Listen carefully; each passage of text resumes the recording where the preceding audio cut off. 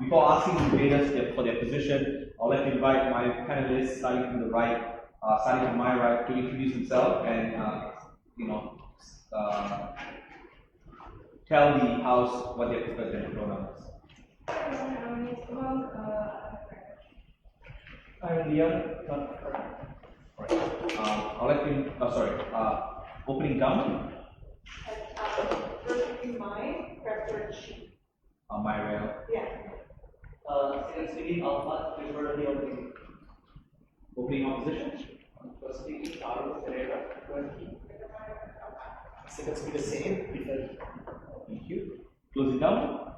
First speaker, Ian. And Lakshay, second speaker, Closing opposition. Dominic first, Josh second, fourth, no preference. Josh And Dominic speaking. Yes. and Josh second. All right, thank you everyone. Without further ado, I call this House to order and invite the Honourable Prime Minister to open today's debate. Yeah.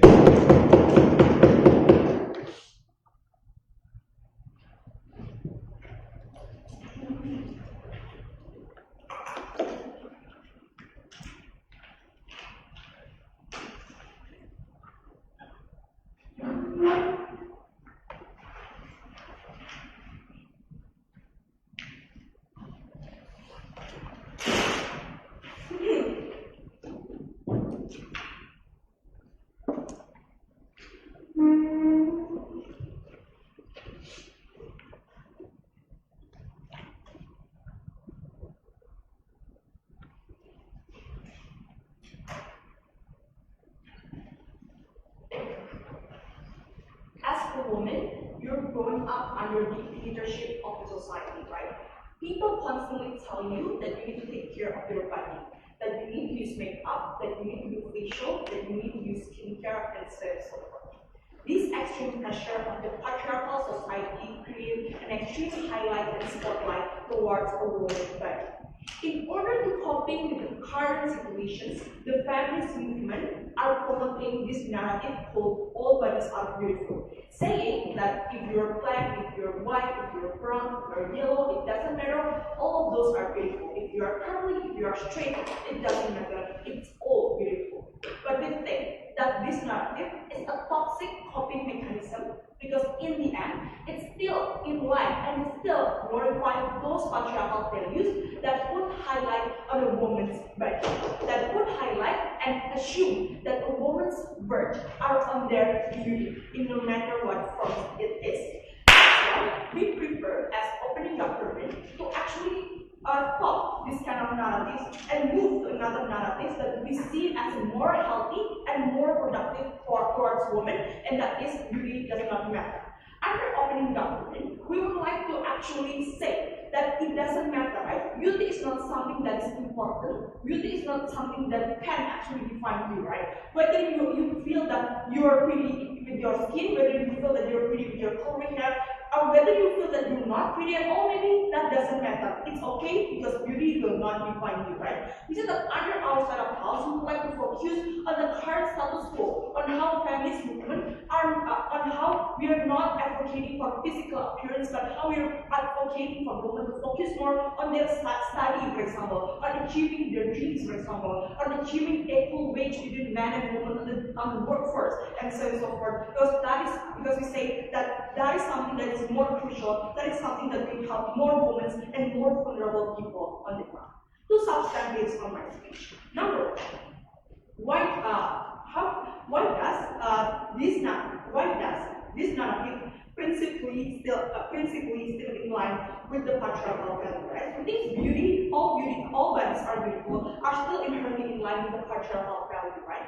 Because we say that in the end of the day, the purpose of that campaign is to find something beautiful inside your body, right? How does the campaign look like under opposition side of the house? So the campaign will look like exactly like on how, for example, feminist movement confronting Victoria's Secret, for example, telling them that their models are not inclusive, that they should put more, for example, upsized women, that they should put more black women or, for example, yellow women inside their models, and so on and so forth. We think that is not good, right? Why? Because the way in which the society achieved that campaign is that now women must think, okay, all bodies are beautiful. It means that there must be something or some part of me that are still beautiful, for example. That they must search some, for example, they must think that, oh, even if all models are white, but I'm yellow, and that's not matter, like I'm beautiful with my yellow skin, for example. But we don't think that is actually something that are actually justified, right? Because we said that it's still in line with the patriarchal values, because somehow you put the highlight on a woman's body, right? Because you say directly to that woman that, yeah, of course, the kind of your color, your skin color, the kinds of your hair, it doesn't matter as long as you are beautiful. We need to emphasize on how that women's worth are defined by their beauty, the confidence on how they see themselves. It is something that is inherently patriarchal, and that's something that we should oppose in any ways, right? Because we say that sometimes in the status quo, it is very hard. We're going to take the example, right? Outside of the house, maybe there will be still growing insecurity, for example, women that not feel good about themselves, women that not feel good about their skin color, but we think that it's definitely okay, right? Because we said that under our side, we're going to tell them that they don't have to do this double effort to search something beautiful inside their body, because it doesn't matter at all. That their life is that the purpose of woman to live is not to appeal to society by their beauty, by their skin color, and so on and so forth. That it doesn't matter at all.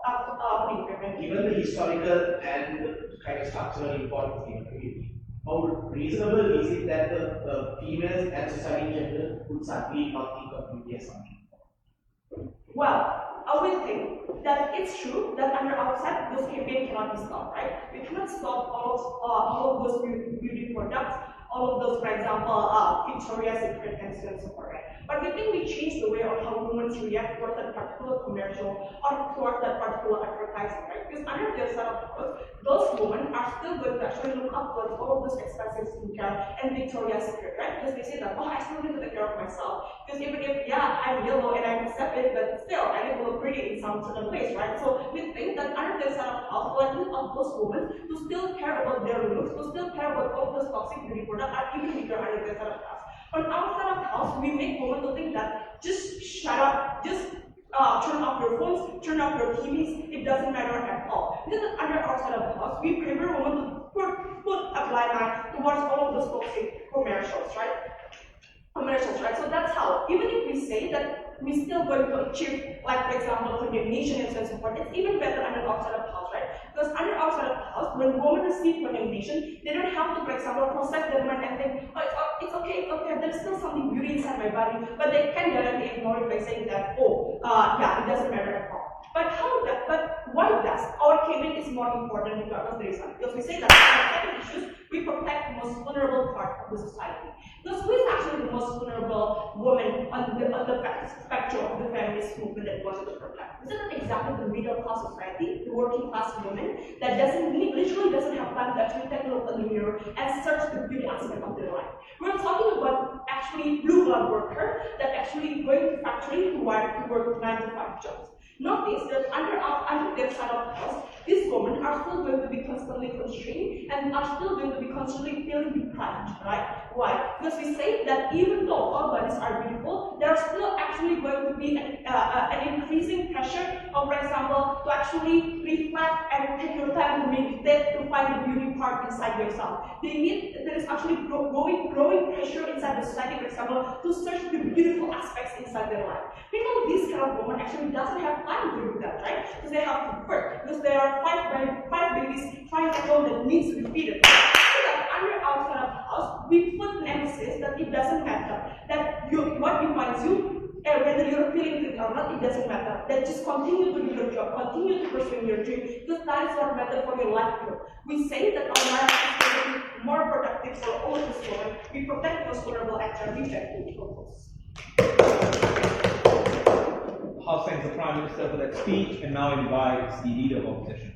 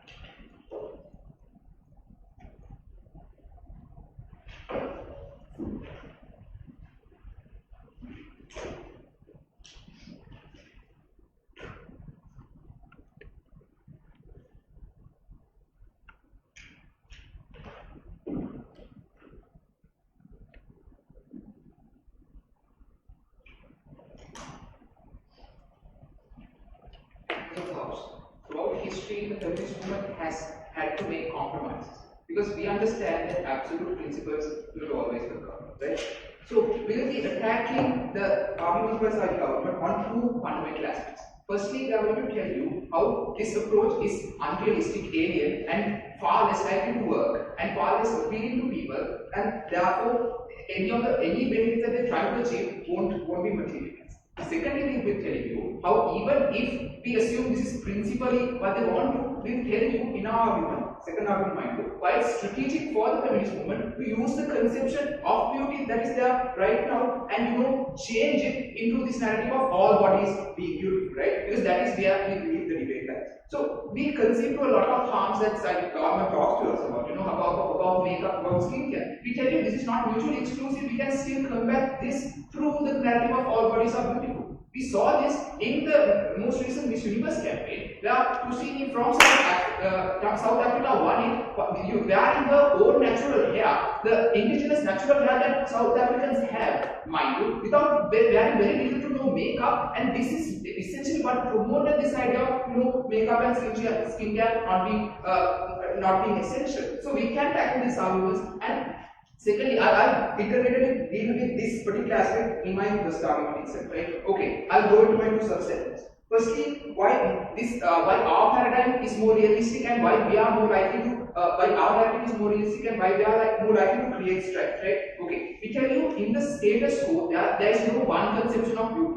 Different societies have different conceptions of beauty in the status quo. African Americans in the United States have their own conception of beauty. Latin Americans have their own conceptions. Asians have their own conceptions, right? And furthermore, even within their societies, even within the Western societies like America, the conception of beauty has changed over the years, right? Back then it may be, the conception of beauty might be, white woman with blonde hair, whatever, but that has changed now to, to something like, people with tan skin are more attractive right now. So because of this, we believe the concept that all bodies are beautiful is something that exists in society because different societies have different conceptions of beauty and because beauty is an inherent thing, right? Because we don't believe beauty is essentially a social construct as they portray it to be. Firstly, because we believe there's an inherent nature to beauty as well, because people get attraction through this conception of beauty. If you find someone beautiful, that is where you develop an attraction towards them. It's a biological thing, it's inherent in people, right? So the idea that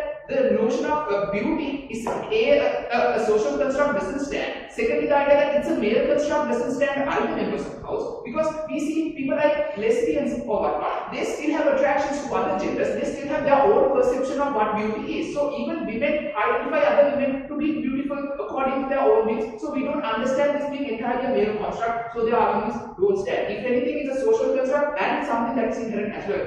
What is harmful when you try to change the narrative? We tell you when you try to change the narrative to something that, beauty doesn't matter, it's not something that people would align themselves to, right? Because like I told you, beauty is essential. Even if you exclude the social aspect of it, there's an inherent nature or inherent aspect to beauty as well. You feel attracted to someone based on the fact that they are beautiful. So if you're telling people that beauty doesn't matter, it's not going to be appealing to them, because we don't believe there's any society in the world where this narrative that beauty doesn't matter exists. All societies have their different conceptions of beauty, right? So when you tell society, when you tell people, males or women, that beauty doesn't matter, it really won't resonate with them because it's so alien, right? Okay.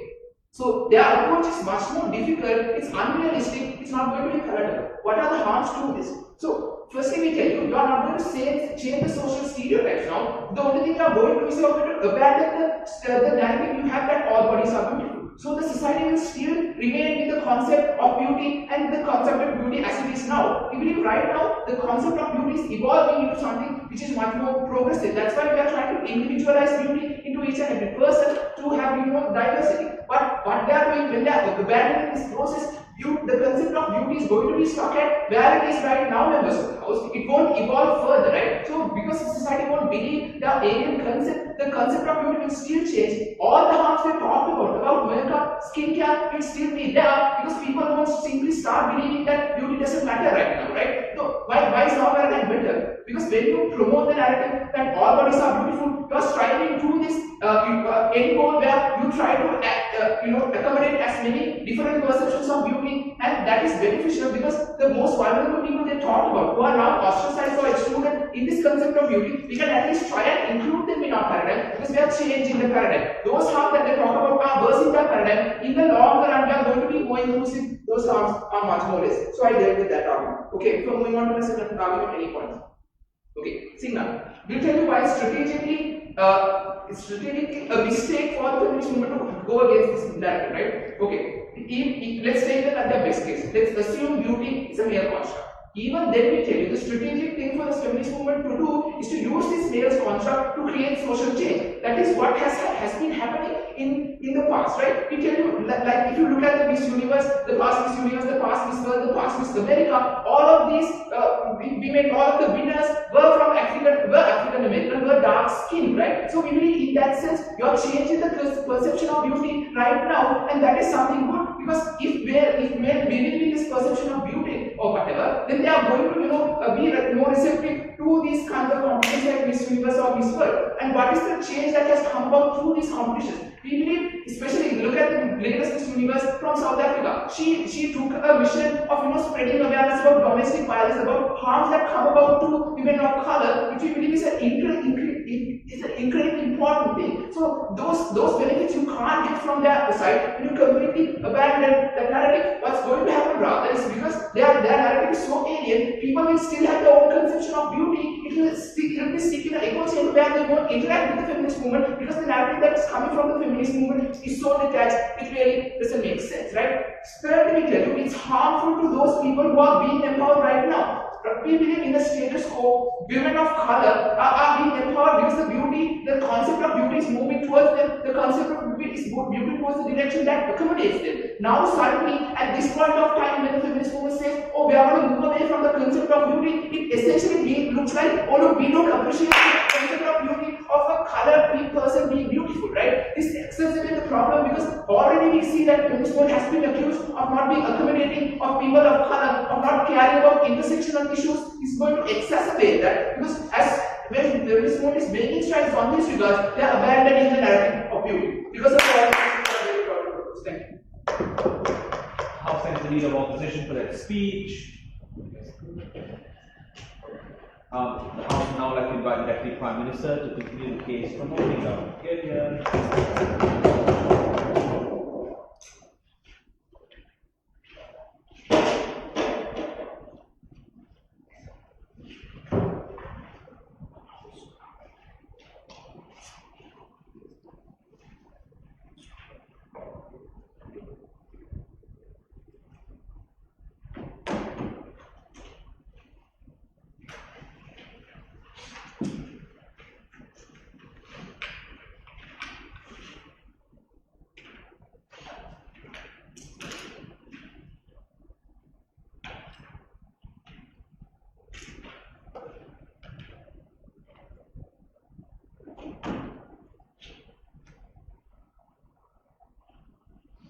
Opening opposition had completely missed our point in the opening governments. Notice that on our side of the house, people can still conceptualize what beauty is, people can still accept what beauty actually means, but the difference is that how people respond and react toward those standards of beauty. On your side of the house, when you still glorify the narrative of beauty is like acceptable for everyone, people still think that beauty is the utmost importance and what defines women as well as individuals, right? We say that this is completely bad, right? We say that this is completely bad because it's not, for example, like accommodative towards every people of society. Notice that when they say that women in different countries, for example, have different concepts about beauty, it's true. Like the concept of beauty in Indonesia and the concept of beauty in US is different. But just because it's different doesn't necessarily mean that every woman in Indonesia can accept and can actually reach the standard of beauty that Indonesia is actually imposed. This means that on the side house, given that there's different concepts of beauty in every country, doesn't necessarily mean that every member of that nation and that member of that community can actually reach the standard of beauty, right? So we say that this actually was bad. When you're talking about visibility, we're essentially saying that Northern House is not actually going to be like succeed. Like the concept of feminists, we say that feminists have actually like big powers to actually change the narrative of society. For example, the fact that we can actually reduce the wage gap of women and men. For example, the fact that we can change the stigma of how women see themselves, how men see themselves. It's not at all should not at all the visibility should not at all be debate. But if they want to talk about visibility, notice that on the side house there's still conflicting consequences of the narrative. So you perhaps might glorify the narrative that all women are beautiful, for example, but notice that there is still dominance upon what beautiful actually means. This means that there is still, for example, like models, white models, I don't know what her name is, like white models with blonde hair, for example, that they being dominated, that is the utmost beautiful. Even if there is like glorified that these types of women, for example, like plus size women is beautiful, but still being dominated by these kind of things. So we say that visibility is not at all be the tipping point in this debate, right? In my speech, I'm going to talk about two things. Number one, I'm going to talk about the inherent problems regarding all beauties are beautiful. I'm going to impact this further towards the empowerment of women and how we change, how we at least reduce the stigma that we have towards men. Secondly, I'm going to talk about the comparative ways going to be developed by under Sarada's closing. So, do you think, as a logical consequence, or would you conclude that women should also not wear makeup, basically reject beauty competitions, and reject clothing that makes them explicitly attractive? So, do you think people would reject that, or would help them? It is up to those women how they're going to react. What we're going to emphasize is that those things is not actually important, right? So if women still think that those things are important, then you can actually like opt in towards makeup and all those things. What we're going to tell local governments is that this concept of beauty that is different towards every individual, so that what define you as individuals. That women should actually search upon what is their true nature, for example, like if you want to actually search for career, if you want to actually search for your achievement in politics, in corporation, for example, like it's up to women. Or even if you want to actually opt into beauty as a mechanism for yourself, it's up to those women, right? So, what is the inherent nature of what all women are beautiful? We give you three characterizations that have no sufficient response coming from opening oppositions, right? We told you that the narrative that all women are beautiful. They'll emphasize the narrative that beauty is the most important thing towards women, right? Even if women have different conceptions about what beauty actually means.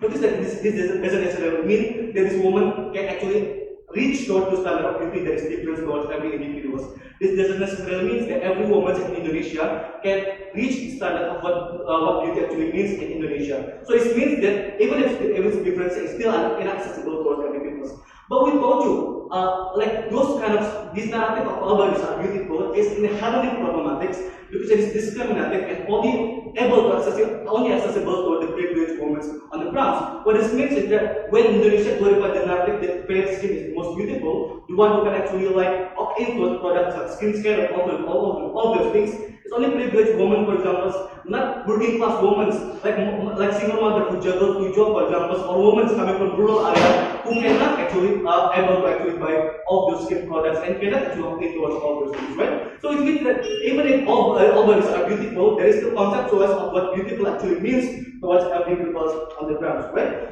On our side of the house, we are actually able to actually change that because there's a lot of factors like quality of birth, for example, that is not accessible towards everyone and all those things, right? Notice that we think that it creates in the best case scenario in our position side, it creates the illusions that women's self-worth is based on beauty. Sure, on their best case, let's take the bullets that people are going to accept themselves. The woman is going to think that herself is beautiful.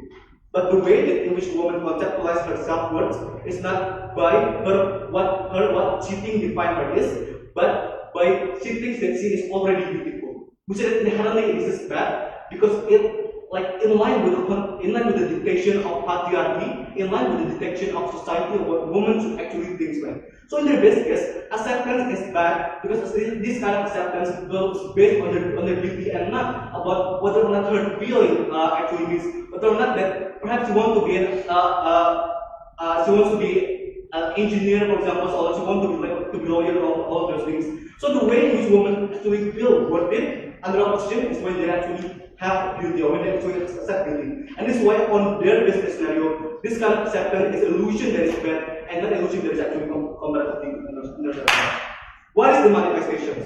We agree that all bodies are beautiful. Look at the status quo. The way which feminists prioritize their agenda is by like protesting to a Victorian model, to include precise model of those things.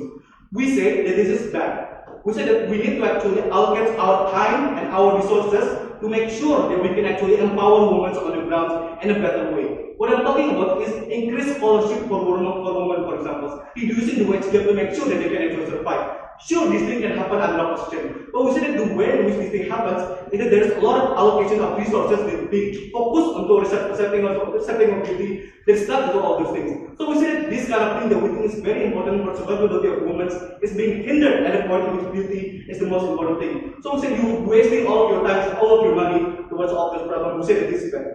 How can we empower women?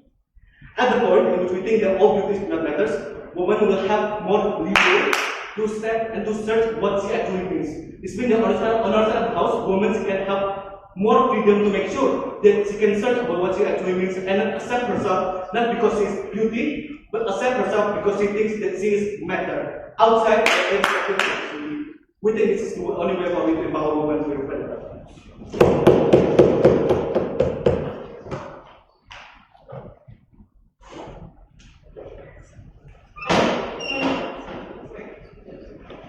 Right, the House thanks the Deputy Prime Minister for that speech. To sum up the first half of today's debate, I would like to invite the Deputy Leader of Opposition. Here.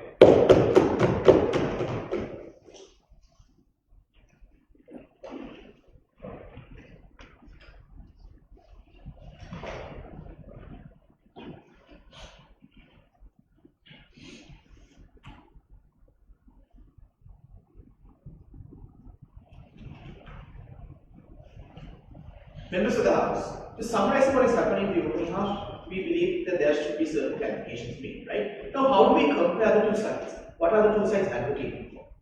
On our side, which is the status quo, we are advocating for individualizing beauty, right? Now, this goes beyond just skin color, right? As my first speaker said, this can be things like physical attractions, like physical things like having tattoos, like having piercings, because that's what the feminist movement has been advocating, right? It's about you owning your own body and how inherently how your body can be beautiful. On a second level, we see how this is even extended to things like even like people with Down syndrome having or being portrayed as beautiful, right? So this individualizing of beauty is not as general as what they portray to be, right? They're not just talking about women; they're talking about properly individualizing beauty, and the feminist movement has been the catalyst in doing so, right? As opposed to their paradigm, in which their case could be either things, right? One is rejection of beauty in society, which we don't think they are looking for right now because they make several principal concessions. But rather, according to their paradigm, what they're doing is they're deprioritizing beauty, right? Now, these are the two things that we need to look at. Now, the reason why we believe that the opening government is confused is because they believe to think that we as the feminist movement in our side of the paradigm, the feminist movement is going to make still beauty the thing. No. We are talking about the discussion of beauty. So, things like the wage gap, things like discrimination and so on and so forth is going to happen in our paradigm as well, just like what the status quo happens, right? But this debate should be focused on when it comes to the discussion of beauty.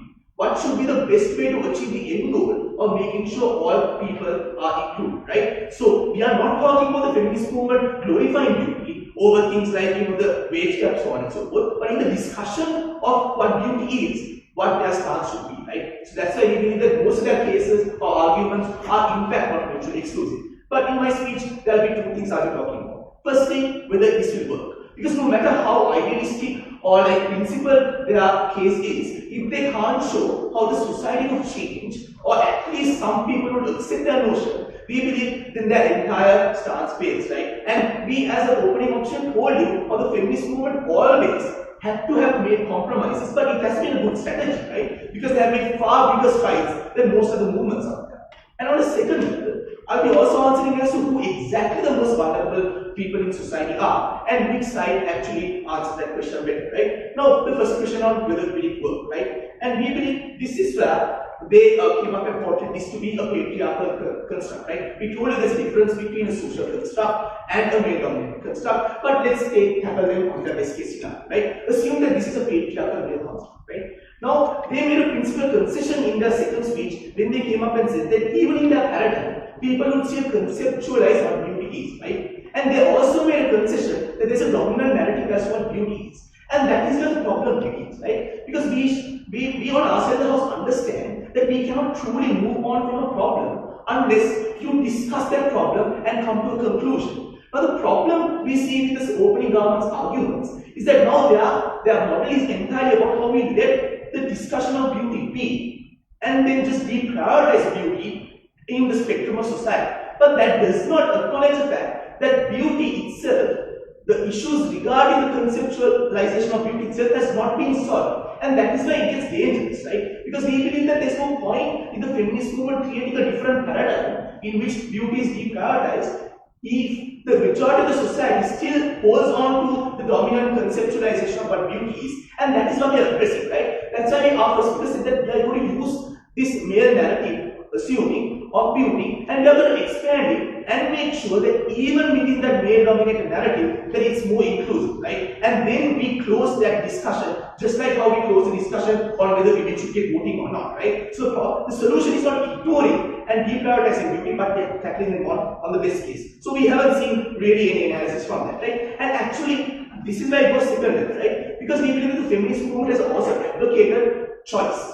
And this is where it's important. They haven't analyzed about women or any other person who actually want to feel beautiful, right? Because that will always come about. Because even when the feminist movement advocated for women to work, they did not say that women should not work and stay at home either. Because the feminist movement supports choice overall, right? So that's why they said that you should not have kids, but you should also think about not having kids, right? So that people or women who want to have kids could have kids as opposed to the others. So same thing applies here, right? So for the women who want to wear makeup, we believe that there should be given a freedom to do so, right? But the problem here is in that paradigm, when you disregard beauty, what happens is there's going to be inherent pushback from people who think that's beautiful, and we think it's right to think that that's something that is important in society, right? We don't think feminist movement's goal is to make sure that their ideas are less important. That's why we say it's much better when we make this entire notion inclusive, and that's better, right? Now talking about models and so on and so forth, right? On a fundamental level, if we talk about society right now, we don't think the problem is people trying to be the next Victoria's Secret model. That's generalizing women out there, because most women and people rationally understand that modeling has become an industry, a career, right? But more often than not, what happens is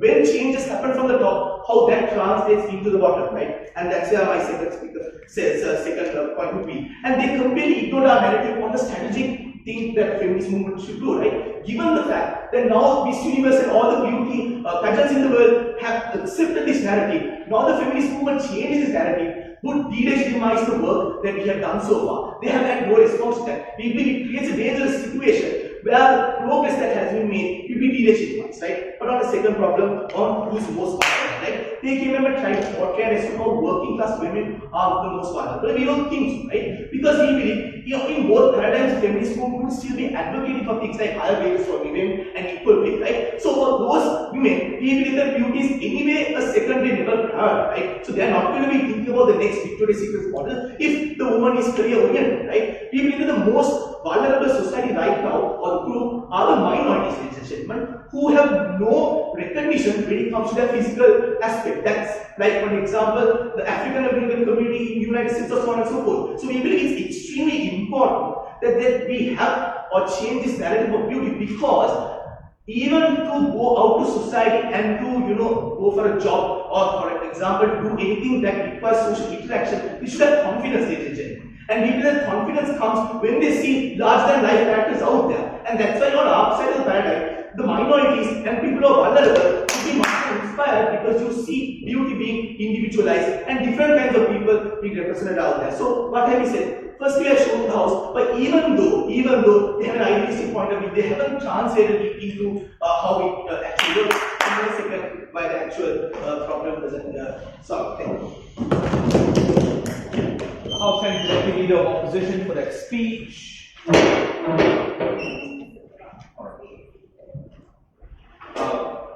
To open the second half of today's debate, I'd like to invite the member of the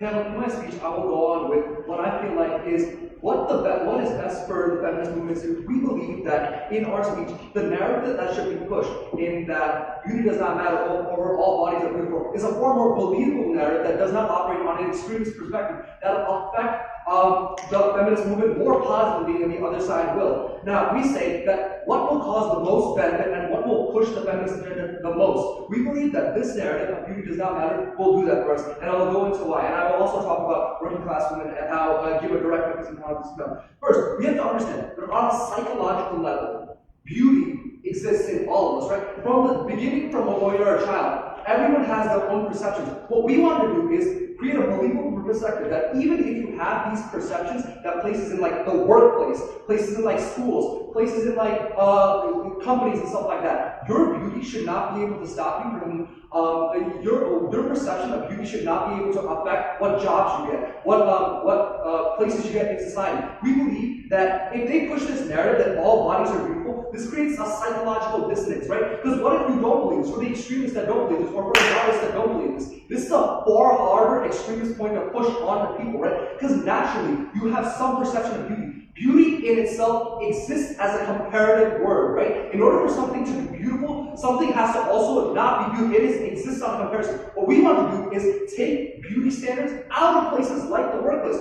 We want to take out beauty from stuff that matters. So when we talk about women in the workforce and how potentially women in other countries don't get as many jobs as men, or like potentially beauty matters in getting jobs, we want to say that suppose we want to push this narrative that in the workforce where companies are hiring people, don't hire based on beauty, but rather hire based on your actual skill set, your actual skills. We believe that this narrative of beauty does not matter more reinforces this concept, which will rather push this narrative that, you know, when you hire someone, you shouldn't hire based on anything else based on their skills. Their beauty is not what matters, but rather their skill set or something else. Now, right now. So we say that on a psychological level, that beauty exists in almost everything, right? When a man perceives a girl, or a girl perceives a girl, or any other gender is perceive their appropriate genders, you have a certain level of beauty. What we don't want is to have this beauty affect things like the wage gap, the working gap, the discrimination between. We accept that beauty exists in this world, right? The very concept that all bodies are beautiful, if they want to push this narrative, we feel like this is too extremist of a point to push to make any real change. What the feminist movement should be doing is approach a more moderate narrative of beauty does not matter, so they can achieve more legitimate change. Because that's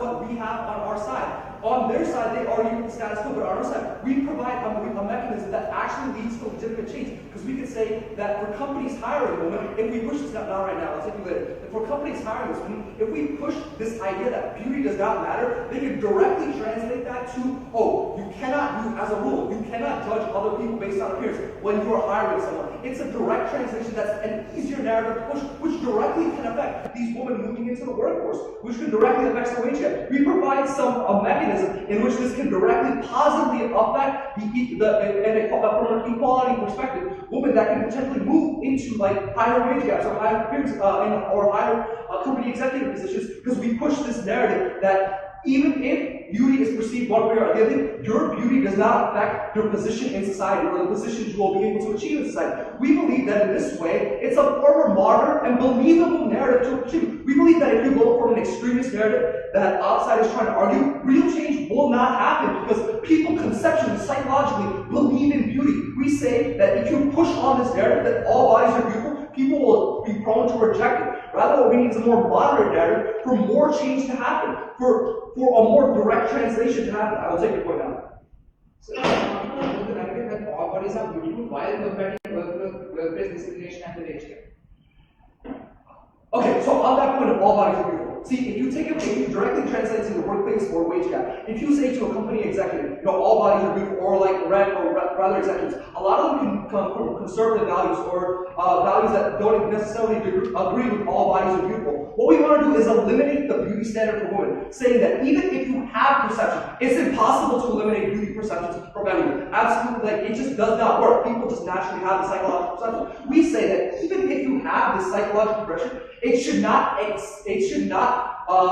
affect how you treat women in like daily life, or how you treat women in the workplace, or how you treat women in your hiring process. We give you a mechanism that directly affects these women, while they have yet to prove that in their world they can directly affect these women positively rather than just pushing a narrative. We show that in our narrative, it can directly affect something like women in the workplace, because it's far more believable and translates more easily. It's more easy to believe that in a standard, because we have these standards, that beauty should not matter in these places, because simply it's more skill and talent that matters. What they push is this extremist perspective of, all bodies are beautiful, because a lot of people will reject this notion. If you go into a high school and you go into a group of kids, if you go into a high school and you teach a group of kids that all bodies are beautiful, they generally tend to reject this, because you have many things that accentuate how they see beauty, such as dating. You like someone, you'll date them, and stuff like this. So in this way, you say that people have these beauty concepts in their mind. What we don't want to do is have these beauty concepts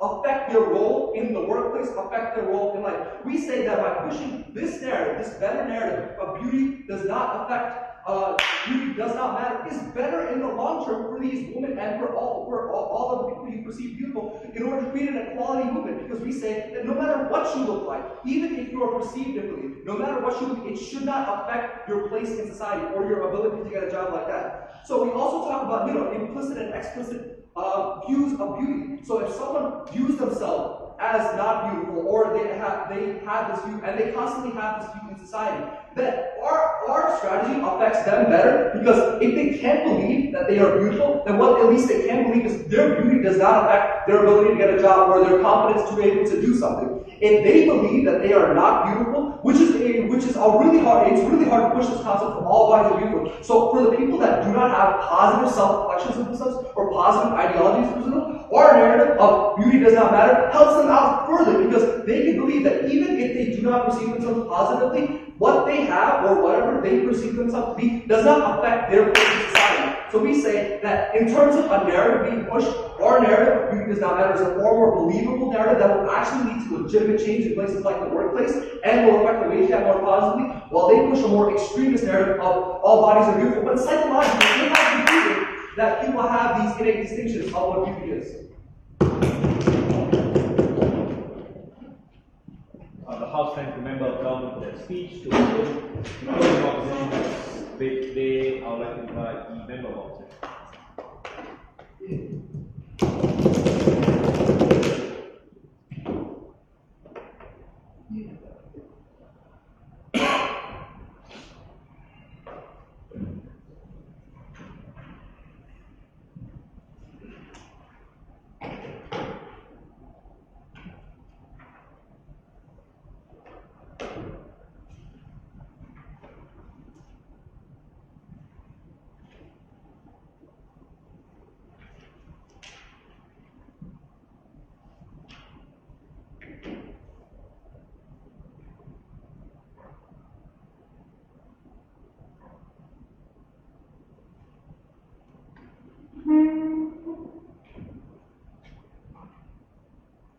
Our extension will talk about access, and why access to the feminist movement and to the feminist message in general is crucial in this debate, is crucial in getting rights for the needy, for the vulnerable, for women worldwide that deserve rights and that deserve enfranchisement. No, so far every team is agreeing in this debate that the narrative we talk about on the government side will be like strongly present in public speak. What we now say is this has two crucial consequences.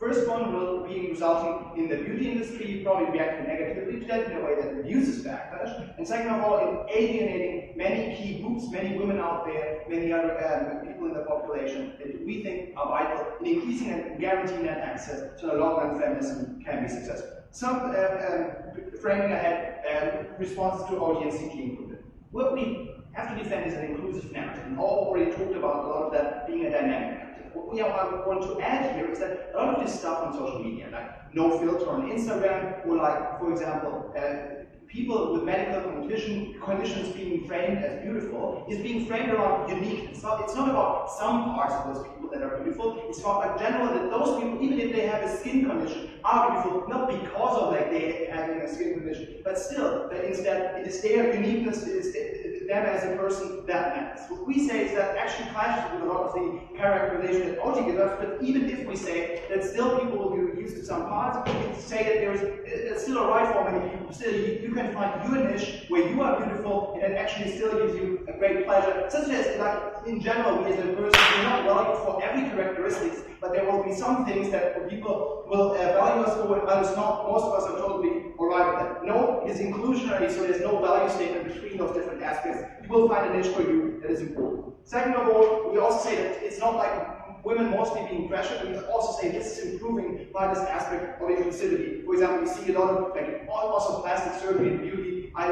rising for men as well. And in the end, we do accept the trade-off that some people might not meet that standard, but we think that will be reality. CG now says, like, theoretically it would be better to have a world where like, everybody would accept there is no concept of beauty, but they do actually have the burden of showing that this is likely. At the point at which we show an extension that industry is likely to fight against, and you alienate many women and burn political capital, their material is not in this debate. Also, part of that inclusivity stuff, I think, mitigates a lot of what they talk to you about. Firstly, industry, no, and on their side, still, probably the beauty industry will exist. It's only the feminism movement changing the narrative. So what does that mean? It means that there will probably be, like, at the status quo, you have a lot of the beauty industry co-opting the feminist message. It's unlikely that this will still happen under their side. Why? Because at the point at which you reject any beauty ideal, there are no more products for you to sell. What do you want to sell? Like, you cannot sell makeup, you cannot adapt to anything. Under our side, they still can. This is extremely important because we think that the beauty industry is increasing access to the feminist movement in many crucial ways. Why are they increasing access? First of all, because they have vast presence in the public sphere. So over the internet, over generally movies, they can influence a lot of countries, even though countries that are more conservative and more restrictive. Second of all, they produce products that are easy to buy. So generally, even though if you are a conservative government, you might still have an incentive to do trade with other countries. And at the point that's far more creating far less backlash than, for example, letting Judith Butler speak freely in Indonesia. And it's a far easier incentive, and it's a low line for people to buy your product. Even like if they not even like feminism at first, still through the ads, through the group pressure around it, they might be likely to buy a product and then still realize they like the product, and through the mechanism of cognitive dissonance, associate themselves with feminism. Overall, I think pop culture and a lot of examples in history point to that being successful. What is the comparative? Comparative is now that the association with the feminist movement is harmful to those industries. We think it is likely that those industries will now push the message up, which means that essentially they will go back to basically you just wind the clock back on the beauty industry like 90s. So you will have a very westernized same beauty standards as before. You have a more exclusionary narrative. They will be fighting against all of the ideas you guys talk about. It will mean that a lot of models are models where the agents will tell them not to co-opt feminist messages because it's harmful. It's like a very good example of this is like Meryl Streep in the 70s and 80s was pressured by her agents for like abandoning the feminist message because at that point it was considered to be harmful and they still had a commercial incentive to co-opt this and to make her successful as an actress. Okay, so this is say it's extremely harmful. So we're reducing all of the examples of acts I was pointing to. No, thanks in a minute. Okay, let's talk about secondly why this is alienating many women. What you are now doing is you create, it's probably likely that people who still want to be beautiful are like rather be disrespected, or might even be shamed in some respect. But now it's not, your narrative is that you do not accept any beauty standard. So people who want to be accepted by a beauty standard are likely to be alienated. Why is that? Probably a lot of people say beauty is a stupid concept, that what you do is not really cool anymore. We say this alienates a lot of groups. What are we talking about? What are these groups we're talking about? Firstly, we have to talk about a lot of less Western countries. So we have to talk about countries where there is strictly a lot of enforced beauty mechanisms that are enforced by stronger ties to tradition and so on. So beauty standards are a lot more present there. The concept is very important. Second of all, we have to talk about a lot of just generally mainstream people who are affected by the beauty industry and like the concept of beauty. So in general, we have to accept here that you compete with a lot of the industry around access. We actually think the industry is more capable than you. And the industry is more capable than you in creating that access than the feminist movement having some academics around. Lastly, what you also alienate is third-wave feminists, and this, therefore could even create a movement we think is harmful. So a lot of the third-wave feminist platforms embracing sexuality, beauty, femininity, and showing that these are not inherently impressive constructs that can be reformed and can be lived by. So the woman, by the principle of autonomy, wants to live by those standards. They consider that to be harmful. We think that's extremely harmful because you also generally, access matters because it means that you reach numbers of the population, you generally create greater potential, you can create a broad-based movement with a lot of people. You can, first of all, why does access matter? You can exert democratic pressure, but even if you don't have it, you can still enter the public sphere, you can still have enough power by sheer numbers. Like the suffragettes back then didn't have democratic pressure, but they still exerted, they gained media access, they gained a lot of pathways, also for like academics to jump on that train. In the end, it gets you a lot of more women's rights that are important, stuff like maternity leave, stricter enforcement of crimes against women. We think that this is extremely important, also in the West, where many circles are still not reached, and a strict movement is extremely relevant there. Very, very proud to oppose. Thank you. Right, the House thanks the member of opposition for that speech. To sum up the draft states for today, I would like to invite the government. Here.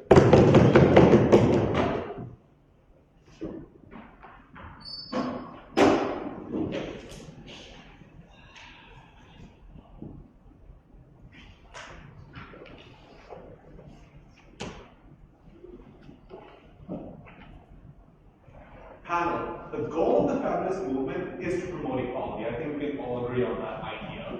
This is promoted by how? It's promoted by sort of removing these standards that can promote some sort of inequality, that can cause differential judgments of other people. And that is basically, the goal is not to have a beauty standard as one of these things that promotes inequality. We think like our side, specifically us as close government, we bring about the reasoning and the warranting exactly why the narrative of beauty does not matter brings about this change. And I'll get more into that. I'm going to summarize this debate with two main comparatives, also answering to the case that was provided by Kublai. So the first comparative is simple. It is on what is a more realistic standard and what brings about the most change. So the more realistic standard, well, it implies it brings about the most change. So let's begin with what Opening Up first said regarding this idea. Opening Up believes that the more realistic narrative is this idea that all bodies are beautiful. They believe in this idea of like the culturally relative conception of beauty, which we do think exists. They say that since like within culture, like people have a beauty judgment, and like this standard is realistic because like it accepts this culturally relative judgment. 2 points of rebuttal on this. The first thing is that the all bodies is beautiful standard. We think like the premises for that statement is very like it's less realistic because it directly does ignore like a person's implicit judgment of another person's sort of beauty. I think this narrative sounds a lot like all cars are Ferraris, rather than like sounding like rather than our narrative, which would sound more like it does not matter if the car is a Ferrari. I think like what the second standard is more of a teaching rather than like something that's likely to cause more dissonance and discomfort within a person's mental psyche. So, and second rebuttal is that even if we accept the best case for OO, we still will have people within these specific cultures that are being judged differently. Because if this standard, if they're accepting this culturally relative standard of like beauty, we still have like people that are labeled as more beautiful and people that are labeled as less beautiful. And we think that still promotes some inequality, and the feminist movement as an actor does not want this. And going on to what Closing Off says regarding this idea, Closing Off focuses more on the sort of practical world and says that the beauty industry will have backlash because of the standard that beauty does not matter.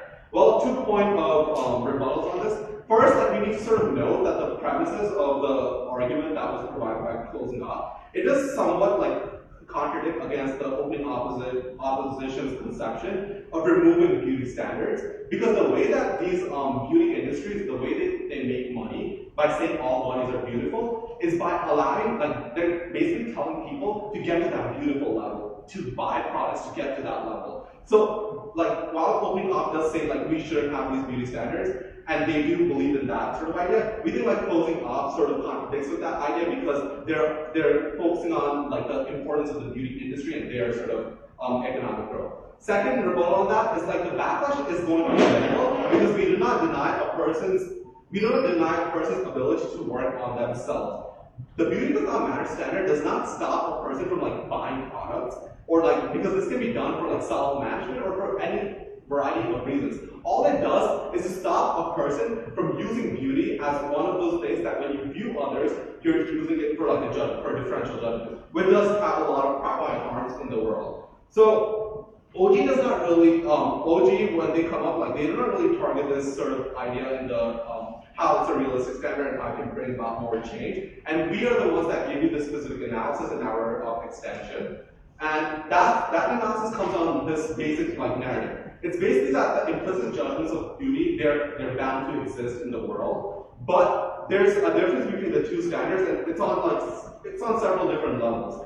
First off is the level of like self-judgments, right? A person will have a self-evaluated like image of how they think of themselves. They're like judging themselves, and what happens with that is that when you use this all bodies are beautiful narrative, it creates like a clash with this self-evaluated image of a person themselves. We think like a person is not likely to like this narrative because of this like more of this discomfort that is caused by this narrative, and like they're more likely to ignore it. Since that's very similar to like judging others as well. When you use the same narrative, right? Like I said, person has a culturally adopted way of like evaluating another person's beauty. I think like when you use that narrative, like the same discomfort is created in the person's head. The reason that we think that beauty is not that beauty does not matter is a more moderate narrative is because of very two specific reasons. Like firstly, like when you say that beauty does not matter, it's seen more of as a teaching to show like people like to show people that basically the evaluation of another person should not include like beauty. Why is that, right? Because beauty does not matter, accepts the existence of beauty, but it attacks the usage of beauty as an evaluation factor with others. And Chris will went into like the practical harms of using that as a standard in the workplace as well. On the other hand, the all bodies are beautiful standard, the narrative, it creates like a whole like sort of discomfort in a person because like it is again attacking them more directly. It's more likely to, that's why we think like our more moderate standard with the feminist movement is likely to lead to more sort of change. Now, what's the second comparative around? Is this idea that what is in line with the feminist movement? I think OO and closing opposition, like they ignore this main principle of the movement and focus more on what brings about the most change. And I think that is very harmful, mainly because having contradictory like ideals can weaken the movement itself and weaken the unity within the movement. So I think like they should do a better job. I urge them to do a better job to responding to like what is in line with the movement. How is their standard more in line with the movement? But OG does come up and they talk about how all bodies are beautiful and is in line with like more of patriarchy. And like we do agree with this, but we go deeper in analyzing this this movement, by looking at the feminist movement as an actor with specific goals. The feminist movement, the goal is to promote, is to remove these standards that promote inequality, right? In the workplace, for example, the movement adopted this standard that a person's sexual identity should not matter when hiring someone. We think that that is very much in line with the standard that the beauty does not matter. Because, once again, it is about accepting that differences do exist between different people, but it is also about accepting that even though these differences exist, it is not something that we should use as a harmful judgment. And that is why I'm incredibly proud to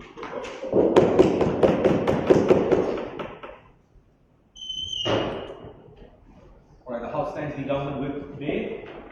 And to end the round for round 8 for this year's World Debate Championship, I'd like to invite the opposition whip. Here.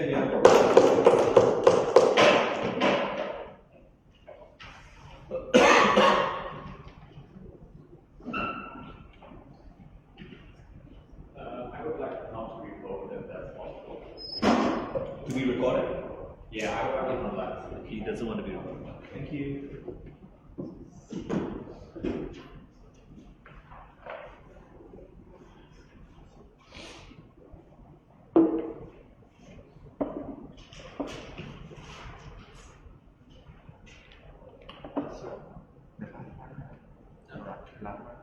He does not want to be live streamed. I know, but The previous one? Are you okay with yours? Yeah, that's fine.